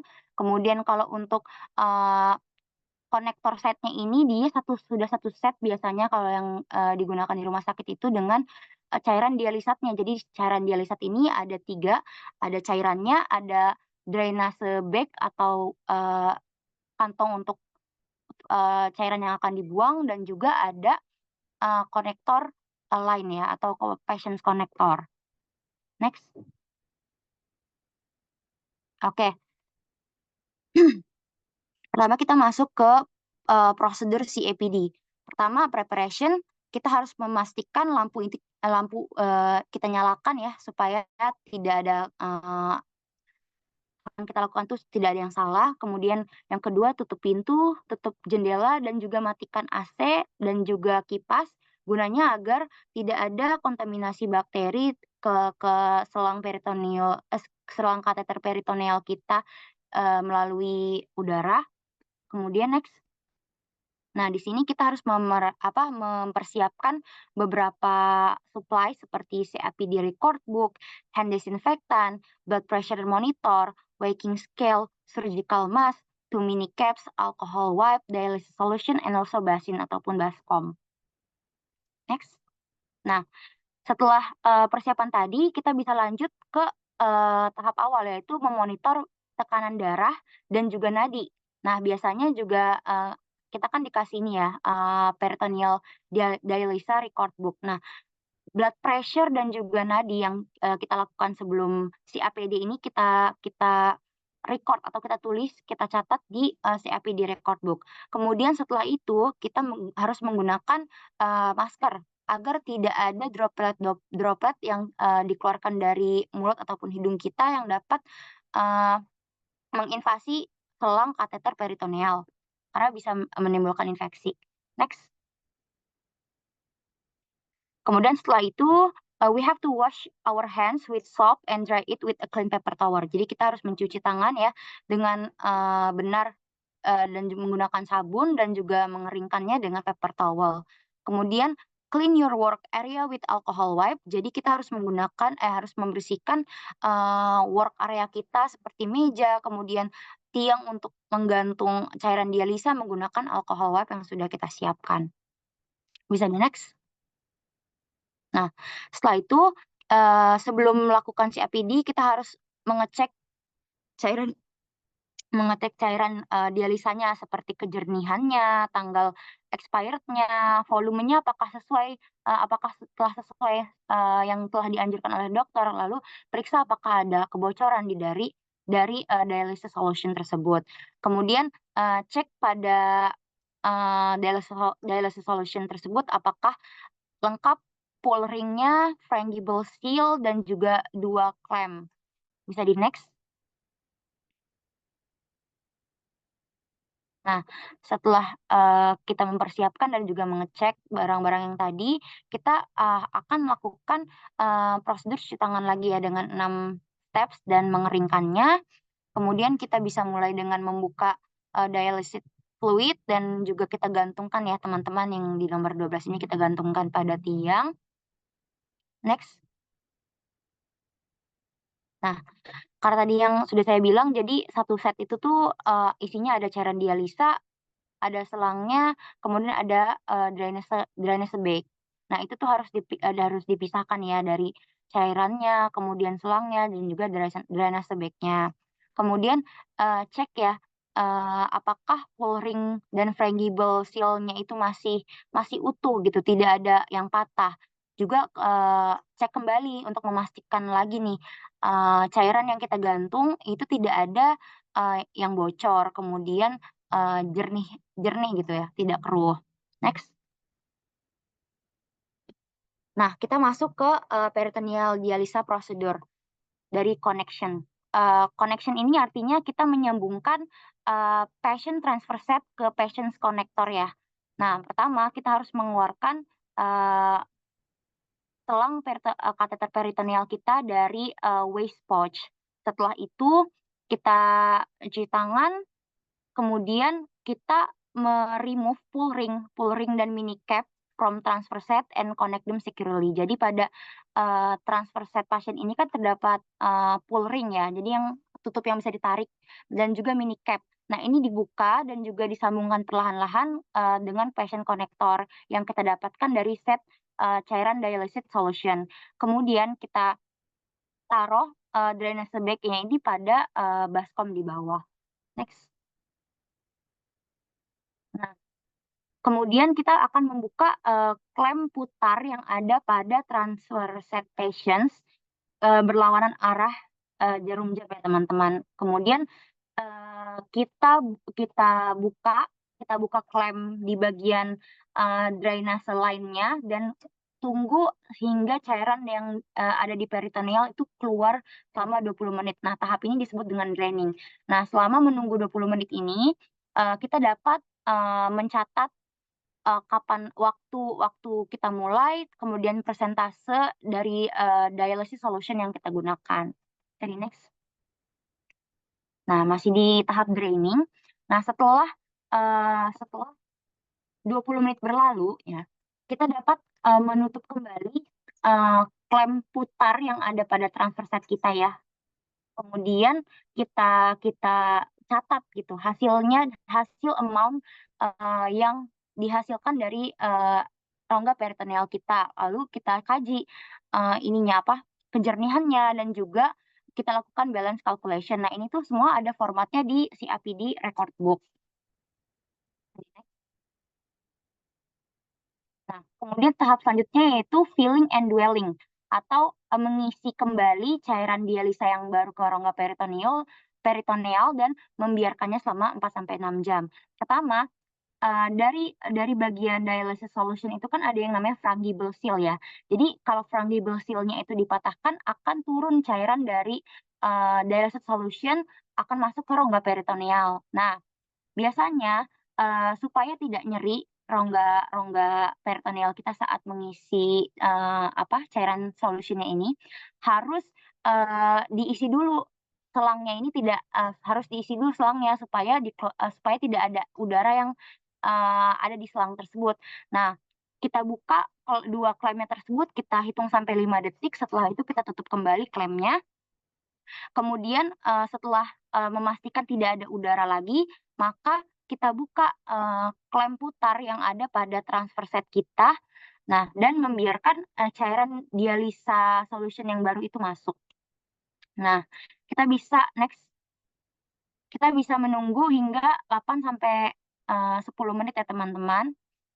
Nah ya, kita bisa nunggu 8-10 menit.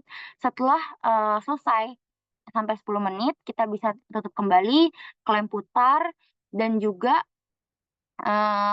menutup klem pada fill line, pada jalur untuk yang mengarahkan cairan dialisa ke kateter peritoneal kita. Jadi next. Nah, selanjutnya kita harus mencatat pada CAPD record book seperti jumlah volume yang masuk berapa, kemudian waktu yang dibutuhkan untuk mengisi rongga peritoneum kita dengan cairan yang baru. Next. Selanjutnya disconnection. Nah, disconnection ini adalah tahap akhir melakukan CAPD secara mandiri ya teman-teman. Pertama kita harus menyiapkan 2 mini caps yang tadi sudah kita siapkan ya. kita siapkan di area work kita yang sudah kita bersihkan dengan alcohol wipe. Kita periksa expired date atau tanggal kadaluarsa minicap tersebut. Kemudian setelah itu kita melakukan perform double hand rub with 7 step. Jadi kita akan melakukan hand rub selama hand rub ini 2 kali. Namun jika pasien yang pede menggunakan jasa caregiver dapat mencuci tangan menggunakan sabun dan juga mengeringkan dengan paper towel. Next. Oke, selanjutnya ketika sudah melakukan hand rub, kita buka satu minicap ya, dan cek pada tutup minicap tersebut apakah masih basah iodine sponge-nya. Jadi di dalam minicap itu ada sponge yang isinya iodine. Kita bisa cek apakah masih basah atau sudah kering. Nah, kenapa disediakan teman-teman dua minicap ini? Tujuannya adalah untuk jaga-jaga apabila minicapnya tidak sengaja jatuh ataupun tidak sengaja tersentuh ya, jadi tidak steril. Makanya kita siapkan 2, tetapi untuk penggunanya cukup 1. Kemudian setelah itu kita putar, kita lepaskan passion connector dari transfer set kita ya teman-teman, dan juga kita gunakan minicap tadi, minicap yang baru untuk menutup transfer set yang ada pada kateter peritoneal pasien. Bisa di next. Nah, kemudian pasien with CAPD bisa menaruh transfer set kembali pada waste pouch dan membuang hasil cairan pada drainase di toilet. Next. Oke. Untuk biaya yang dibutuhkan sendiri, yang dibutuhkan untuk peritoneal dialisa ini bisa di-cover oleh BPJS. Nah, biasanya BPJS pemerintah kita ini mengeluarkan sekitar 8 juta ya teman-teman untuk mengcover biaya CAPD. Nah, kalau misalkan mau dilakukan secara pribadi, mulai dari pemasangan kateternya ini sendiri dapat menghabiskan uang sebanyak 10 juta dan juga per tahunnya ini dapat menghabiskan 50-75 juta. Bisa di next.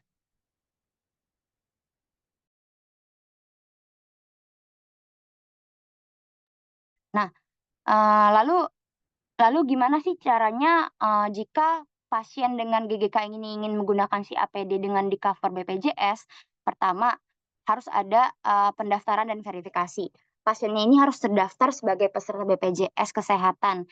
Nah, jika belum, maka wajib mendaftar terlebih dahulu. Yang kedua, pasien ini harus mendapatkan diagnosis gangguan ginjal kronik dan juga mendapatkan persetujuan dari dokter untuk dilakukan terapi peritoneal dialisa.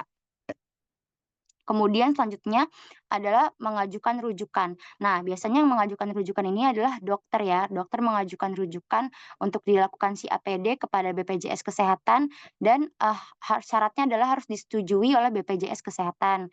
Kemudian yang keempat adalah pelayanan CAPD ini setelah disetujui BPJS Kesehatan, maka BPJS Kesehatan akan menunjuk fasilitas pelayanan kesehatan mana yang akan menyediakan layanan pemasangan CAPD. Nah, pelayanan ini mencakup konsultasi, pemeriksaan penunjang medis selama tata laksana CAPD, kemudian pergantian cairan dan juga perawatan untuk menjaga kebersihan serta mencegah infeksi. Lalu apa sih yang kita dapat dari adanya BPJS menggunakan BPJS ini? Pertama, tadi kan yang tadi sudah saya sampaikan ya, biaya CAPD sendiri ini tanggung pemerintah sekitar 8 juta per bulan. Nah, perbedaannya CAPD dengan biaya sendiri dibandingkan BPJS sebenarnya tergantung dengan preferensi pasien masing-masing. Nah, dari segi bahan dan alatnya, kalau teman-teman ataupun pasien mau memasang CAPD melalui BPJS dan mandiri, untuk dari segi alatnya sendiri yang disediakan oleh BPJS dari pemerintah kita kan udah pasti terstandar ya, dan digunakan secara umum di setiap rumah sakit pemerintah. Sedangkan yang digunakan biaya sendiri ini sesuai dengan rumah sakit yang digunakan rumah sakit masing-masing. Nah, untuk jangkauan biayanya sendiri itu jika menggunakan BPJS sudah pasti biayanya ini sesuai dengan standar Peraturan Menteri Keuangan Republik Indonesia Nomor 209/PMK/2020 tentang tarif layanan Badan Layanan Umum Rumah Sakit. Sedangkan jika menggunakan uang pribadi tidak ada standar yang menentukan, sehingga bisa lebih menjulang untuk biaya pemasangan si APD dan prosedur si APD ini sendiri. Nah, dan benefit yang kita dapatkan apabila menggunakan BPJS dalam pemasangan si APD ini, yaitu selain yang harga terstandar, tapi kita juga dapat kemudahan gitu untuk mendapatkan fasilitas pelayanan kesehatannya. Karena BPJS Kesehatan ini pelayanan kesehatan ini tidak terbatas gitu. Beda dengan kita melakukan si APD secara mandiri. Jadi hanya beberapa rumah sakit tertentu saja yang memang terstandar untuk melakukan pemasangan si APD ataupun menawarkan layanan prosedur si APD sendiri. Bisa di next.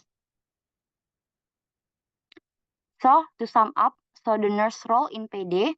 Jadi peran perawat pada peritoneal dialisa adalah pertama, peran perawat preoperasi, yaitu seperti melakukan informed consent kepada pasien, yaitu menjelaskan prosedur kepada pasien, mempersiapkan pasien sebelum tindakan operasi, kemudian melakukan tes darah juga ya untuk memastikan apakah HB normal, kemudian membersihkan area yang akan dilakukan tindakan, melakukan checklist keselamatan pasien operasi.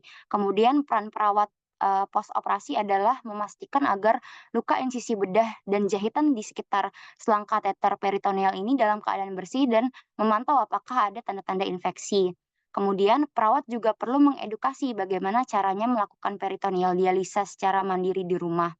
Nah, biasanya edukasi ini dilakukan 2 minggu ya setelah pemasangan selang kateter. Nah, kan sembari menunggu pemulihan 2 minggu itu, kita dapat memberikan edukasi terkait penggunaan si APD pada pasien. Kemudian perawat juga perlu mengedukasi hal-hal yang harus dicatat selama peritoneal dialisa, seperti tekanan darah, nadi, suhu, cairan yang dikeluarkan dan cairan yang masuk. Dan juga perawat perlu mengajarkan bagaimana caranya melakukan exit site care guna mencegah infeksi secara jangka panjang. Next. Nah, ini ada contoh dari si APD record book ya teman-teman. Bisa di next. Baik, selanjutnya ada basic konsep dari asuhan keperawatan PD. Yang pertama, assessment-nya. Tentu kayak biasa ya, kita melihat dari subjektif data collection terlebih dahulu. Kita melihat ada keluhan pasiennya. Untuk spesifik dari pasien PD itu, kita kaji tentang keluhan, apakah keluhan ada dalam perubahan dalam warna atau konsistensi cairan pada dialisisnya, terus juga keluhan yang mengacu pada gejala tanda-tanda infeksi. Terus juga melihat medical historinya, kaji riwayat penyakit sebelumnya, terus alergi, terus riwayat perawatan dialisisnya. Terus kita kaji tuh pemahaman pasien tentang PD-nya itu terhadap kepatuhan dari rencana perawatannya. Terus juga mengkaji tentang psikososialnya, karena pasien dengan CAPD dengan CAPD ini bisa mempengaruhi kesehatan mental, perlu adanya dukungan emosional ya. Terus juga kepatuhan terhadap pengobatannya, tanyakan juga pada pasien tentang pemahaman pasien mengenai prosedur CAPD-nya, apakah mengerti, dan nanti dari situ kita bisa menilai kepatuhan dari si pasien tersebut dalam proses CAPD di rumah. Terus kita juga kaji tentang medication complication-nya.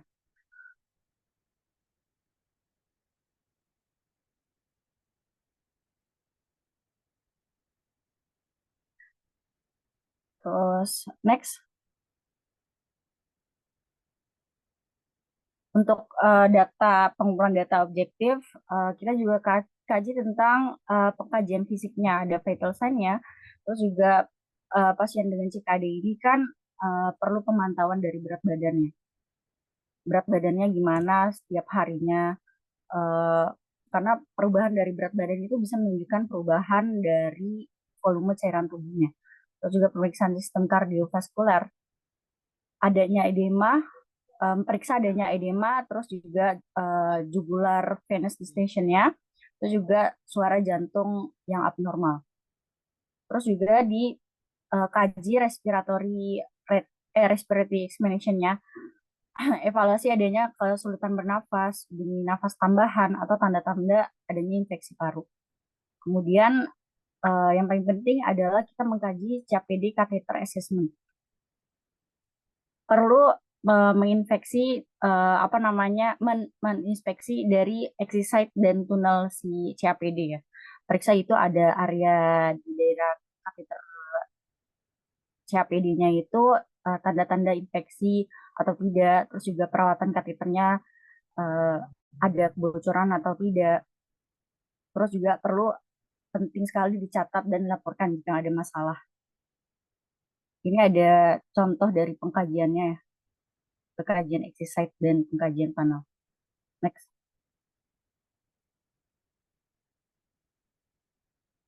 Kemudian kita juga perlu mengkaji tentang fluid and electrolyte.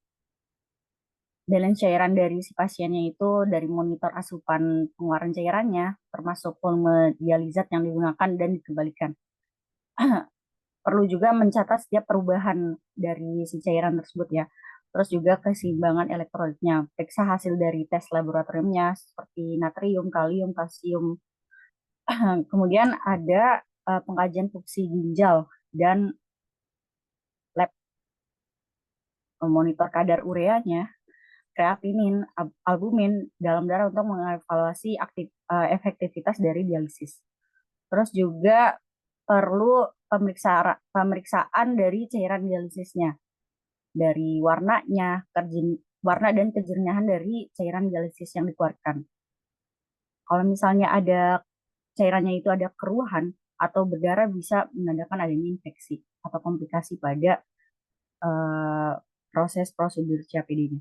Terus juga kita perlu memonitoring for complication-nya. Adakah nyeri dan tanda ketidaknyamanan di area kateter atau abdomen dari si pasien. Terus juga gejala gastrointestinalnya seperti lihat gejala mual muntahnya atau diare yang mungkin akan berkaitan dengan prosedur CAPD. Next.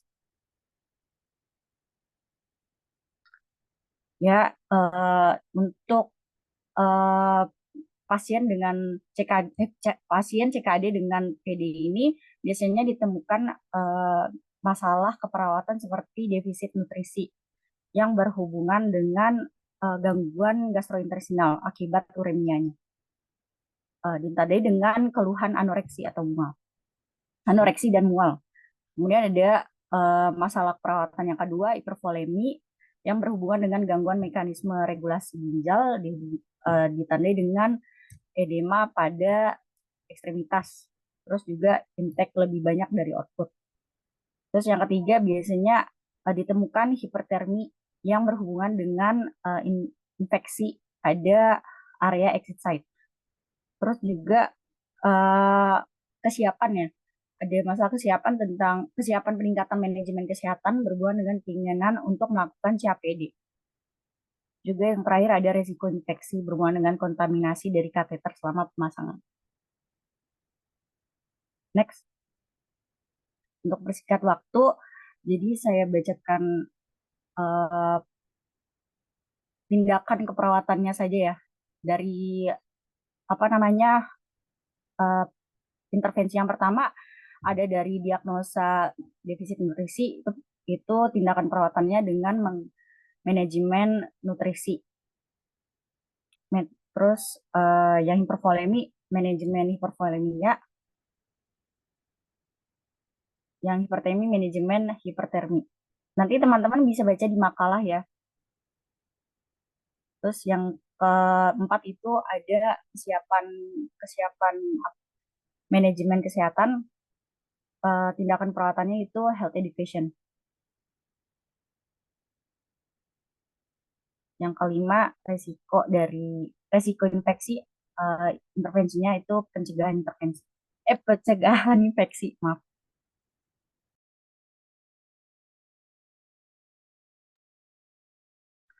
untuk evaluasi keperawatannya itu ada dari defisit nutrisi, nafsu makan yang membaik, intake makanan yang dihabiskan meningkat, terus berat badan dalam rentang normal. IMT-nya juga membaik, dari hiperkolemi juga, ortopnianya menurun, edema perifernya menurun, JVP-nya membaik, juga volume dan komposisi cairan dialisat yang masuk dan keluar sesuai dengan kebutuhan dialisis pasien. Juga dari hipertermi, menggigilnya menurun, suhu tubuhnya membaik, suhu kulit juga membaik. Next.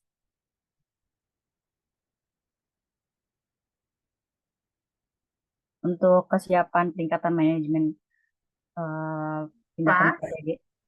halo, Iva cukup sudah? Iya, Ibu. Ini bisa lengkapnya bisa di makalah ya. Kita Ya, masuk baik, Iya, Ibu. diskusi dulu deh untuk Ibu, 10 terima menit ya, karena kasih. udah malam sekali. Ya. Baik, mungkin sekian dari kelompok 11 dan 12, kami kembalikan ke moderator. Baik, terima kasih pemaparan materi dari kelompok 11 dan 12. Izin bertanya, Ibu, untuk saat ini dilanjut sesi tanya jawab atau langsung feedback dari Ibu ya, Bu? Ya, jawab dulu 10 menit ya. Kasih kesempatan buat 2 pertanyaan, satu untuk hemo, satu untuk peritoneal dialisa. Peritoneal. Baik, Ibu, terima kasih. Baik, saat ini saya buka sesi tanya jawab. Apabila ada yang ingin bertanya, boleh raise hand dan on mic. Terima kasih.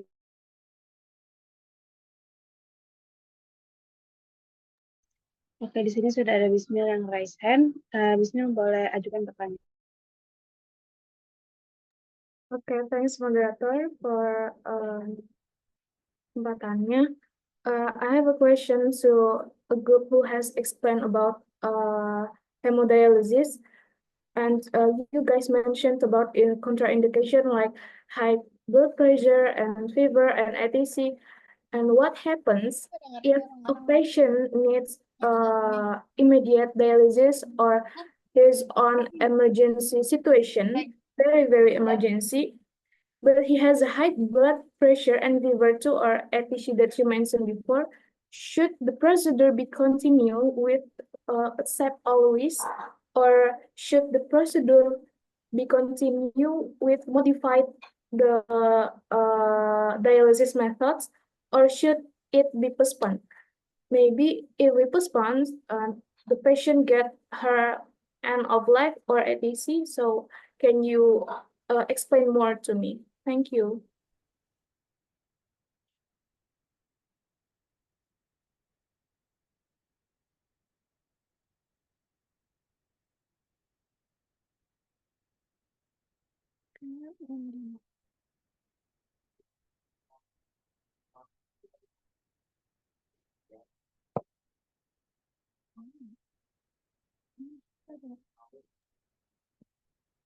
Pertanyaan selanjutnya aja dulu. Siapa yang berikutnya? Tanyakan ke peritoneal dialisis.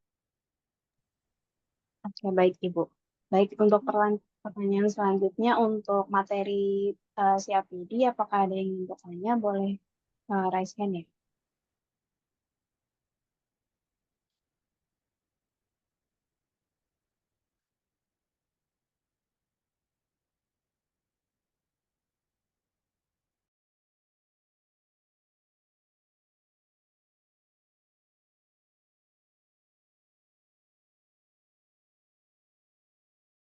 Kalau tidak ada yang hemodialisa bisa langsung jawab. Oke, baik Ibu. Untuk apabila kelompok sudah memiliki jawaban, boleh langsung dijawab ya pertanyaan dari Bismil. Oke, izin masuk moderator. Iya, Izin boleh. menjawab pertanyaan dari Bismil ya, dari Bismil Hanifah. Jadi pertanyaan itu tadi kalau misalnya pasiennya ini lagi hemodialisa, tetapi dengan kondisi dia ini ada demam tinggi atau mungkin tekanan darahnya tinggi, itu apakah tetap dilanjutkan hemodialisanya atau bagaimana? Jadi jawabannya itu kalau misal hemodialisisnya ini sangat diperlukan untuk menyelamatkan nyawa pasien, misalnya pada kasus penumpukan zat racun dalam tubuhnya ini, ada 3 cara yang bisa dilakuin. Contohnya itu yang pertama ini dengan melanjutkan hemodialisa, tetapi dengan modifikasi, misalnya pengurangan laju dialisis atau biasa disebut blood flow rate yang normalnya 300 sampai 400 ml per menit menjadi 150 sampai 250 ml per menit. Dan dialysate flow rate-nya yang normalnya 500 sampai 800 ml per menit bisa diturunkan menjadi 300 sampai 500. Atau bisa juga diatur suhu dialisatnya menjadi 35 sampai 36 derajat Celcius yang biasanya normalnya itu 36 sampai 37. Lalu di cara kedua ini bisa juga dengan ditunda dulu hemodialisanya dengan manajemen yang alternatif. Jadi HD-nya ini tuh bisa ditunda dengan memberikan waktu untuk menangani kondisi yang menjadikan kontraindikasinya ini. Contohnya ini kontrol tekanan darah atau bisa obati dulu infeksi yang mungkin menyebabkan demam tersebut. Nah, terapi alternatif ini tuh bisa digunain sebagai tindakan sementara sampai kondisi pasiennya ini stabil. Lalu yang ketiga ini ada melanjutkan dengan penerimaan resiko. Jadi kalau misal dalam situasi nggak ada pilihan lain nih selain tetap dilakukan hemodialisa dan nyawa pasien ini tetap terancam, hemodialisa ini tuh bisa tetap dilakuin meskipun pastinya ada resiko ya. Contohnya itu kayak perdarahan atau juga bisa hipotensi yang mendadak. Tapi tentunya dalam pengambilan keputusan ini tuh kita ini harus kolaborasi dengan dokter ataupun tenaga medis kesehatan lainnya dengan sangat hati-hati tentunya berdasarkan penilaian resiko sampai manfaat yang komprehensif. Seperti itu, apakah terjawab? Iya, terjawab. Salma, terima kasih. Sudah? Sudah terjawab. Pertanyaan untuk Sudah. peritoneal dialisa nggak ada? Sepertinya tidak ada, Ibu. Tidak ada, oke. Ibu akan sedikit bahas tentang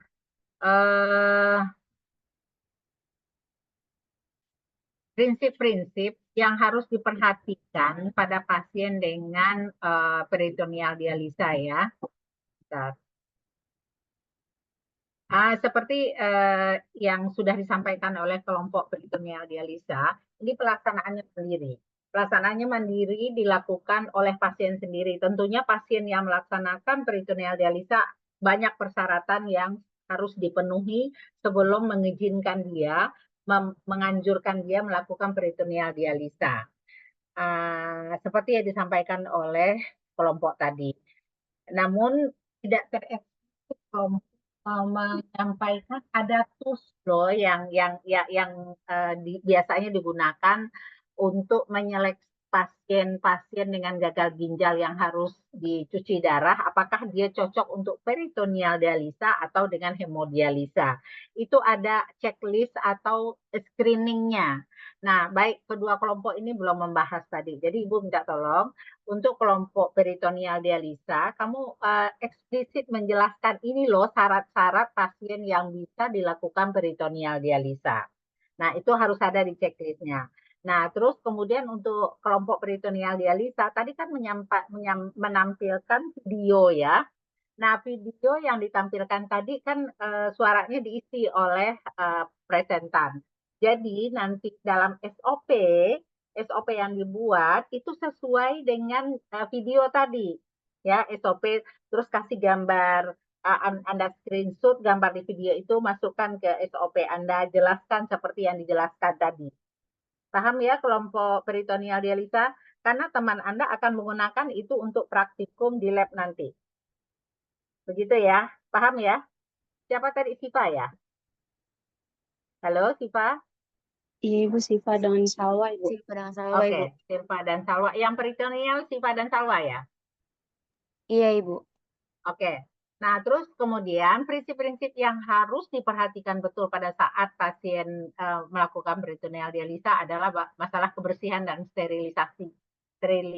Alat-alat yang digunakan. Tadi kan di video juga dilihatkan bagaimana tekniknya, cuci tangannya, penggunaan alatnya, bahkan kipas angin, dan itu tolong dimasukkan di persiapan pelaksanaan peritoneal dialisa. Terus kemudian cairan dialisisnya apakah tadi Siva dan Salwa membahas bagaimana kerja cairan dialisis tadi, mekanisme kerjanya. Kok bisa ya cairan dimasukkan ke rongga abdomen, terus bisa menarik cairan yang ada di seluruh tubuh, ya kan? Kan pada pasien dengan gagal ginjal, harusnya kan ginjalnya ya mengeluarkan cairan ya dengan metode filtrasi. Sekarang ginjalnya tidak berproduksi, sehingga cairan itu retensi di dalam tubuh, di mana? Di dalam sel. Selnya ada di mana? Di seluruh tubuh. Tapi kok bisa dengan hanya memasukkan cairan melalui peritoneum, cairan itu bisa keluar gitu loh. Ininya racun-racun, kemudian cairan itu keluar bersama dengan cairan dialisis, ya. Nah, itu coba jelaskan secara patofis sehingga temannya paham. Nah, prinsip yang bekerja pada saat itu apa? Apakah itu filtrasi, terus kemudian apalagi tuh? Bentar. Difusi ya, Bu. Difusi gitu. Terus bagaimana kerja difusi itu? Yaitu pertukaran cairan dari konsentrasi tinggi ke konsentrasi rendah. Nah, jenis cairan apa yang digunakan? Kan gitu. Ada dextrose, ada NaCl, ada dialisis yang untuk mempertahankan pH. Bagaimana kerjanya ini cairan? Itu penting dipahami. Walaupun itu memang bukan ranah kita, tapi sebagai seorang nurse yang akan mendampingi medis dalam pelaksanaan hemodialisa, kalian harus paham sampai detail gitu. Kenapa sih kok bisa ya cairan dimasukkan ke dalam cairan yang hipertonik, dimasukkan ke dalam rongga abdomen, terus kemudian menarik cairan yang ada di seluruh tubuh sehingga keluar, sehingga retensi cairan yang terjadi pada pasien gagal ginjal ini bisa diatasi. Ya, nanti ditambah, mudah-mudahan nih makalah udah ada ya, karena Ibu belum baca makalahnya. Nah, prinsip lagi pada peritoneal dialisa, teknik penyambungan dan penyaluran cairan tadi di video terlihat dengan jelas, tapi tolong di SOP nanti detail dibuatnya. Ya, Siva dan Salwa ya. Kemudian pemantauan dan penilaian pasiennya diajarkan. Tadi juga ada buku monitoringnya. Iya benar. Jadi pasien itu benar-benar harus mandiri sebelum kita kan ya kamu bisa melakukan di rumah. Nah, tentunya tetap di bawah pengawasan tenaga kesehatan yang home care atau apa untuk memantau pelaksanaan peritoneal dialisa secara mandiri. Ya, jadi perlu pelatihan dan pendidikan yang jelas. Nah, pasien juga harus diajarkan apa tanda-tanda peritonitis karena resiko terjadi peritonitis sangat tinggi pada pasien peritoneal dialisa. Nah, dia harus tahu kalau begini, ini yang dilakukan, segera lakukan ini. Jadi pasiennya itu harus sangat aware, sangat mandiri dan tahu betul setidaknya tingkat pendidikannya itu memang harus dikaji. Ini orang patuh apa enggak? Nah, kalau tidak sebaiknya hemodialisa.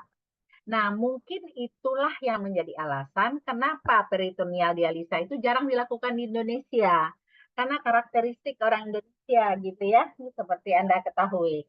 Nah, kalau di luar negeri, mereka lebih memilih peritoneal dialisa daripada hemodialisa gitu.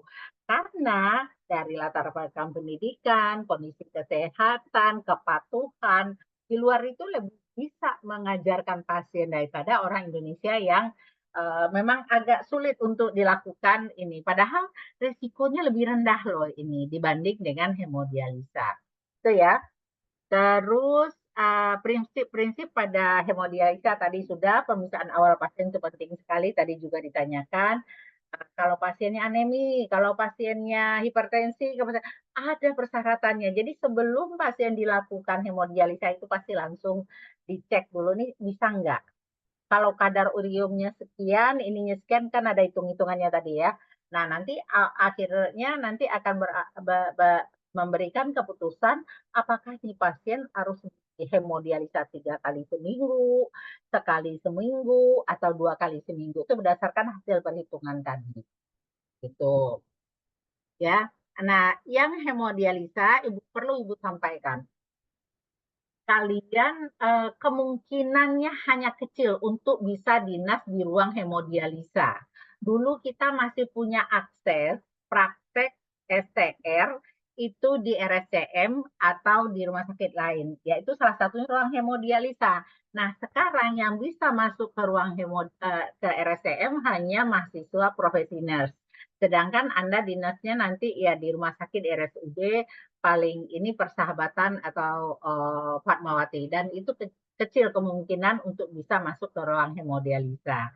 Artinya kesempatan kalian untuk melihat prosedur pemasangan simino, kemudian memasang sirkuit hemodialisa, terus dinas menyiapkan pasien sebelum hemo, memantau pasien selama hemo dan pasca hemo itu kemungkinan kecil, sangat kecil. Jadi untuk memberikan gambaran real seperti apa hemodialisa, kelompok hemodialisa harus membuat SOP yang jelas.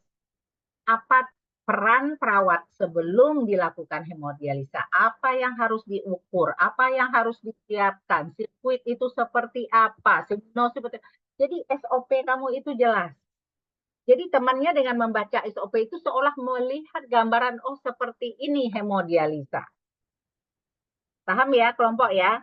Jadi kalian udah selesai nih, kalian udah selesai dengan presentasi, PPT, tugas akhir adalah membuat SOP yang detail. Jadi nanti ambil dari video gambar seperti apa sirkuit ininya, apa selangnya, terus mesinnya, cara ngaturnya, screenshot masukkan ke SOP. Jadi SOP Anda itu bukan hanya kata-kata, ada gambarnya. Karena temannya nggak punya kesempatan untuk menggali apa itu hemodialisa. Jadi kelompok ini mewakili teman yang lainnya untuk mendapatkan gambaran yang real seperti apa hemodialisa itu. Jadi masih ada satu tugas lagi buat dua kelompok ini. Kenapa? Karena di lab kita di lantai 6 maupun lantai 5 tidak ada miniatur hemodialisa. Nggak ada. Jadi benar-benar Anda harus belajar secara visual ini. Jadi menghadirkan bagaimana prosedur hemodialisa itu dilakukan dengan kelompok membuat SOP yang jelas. Ya. Nah, SOP ini nanti kita akan gunakan waktu di lab. Ya, apa yang dilakukan itu untuk hemodialisa. Nah, kemudian yang penting diketahui juga kayaknya hanya sedikit, tadi memang ada sedikit menyinggung ya, untuk pasien yang dirawat di critical care, kan kalau dia sudah masuk critical care berarti ada masalah loh dengan masalah organ vital yang lainnya, baik itu pernafasan, apakah jantungnya, ditambah lagi dengan ginjal. Jadi waktu Anda dinas di critical care nanti atau ICU, Anda akan menghadapi pasien yang dilakukan hemodialisa.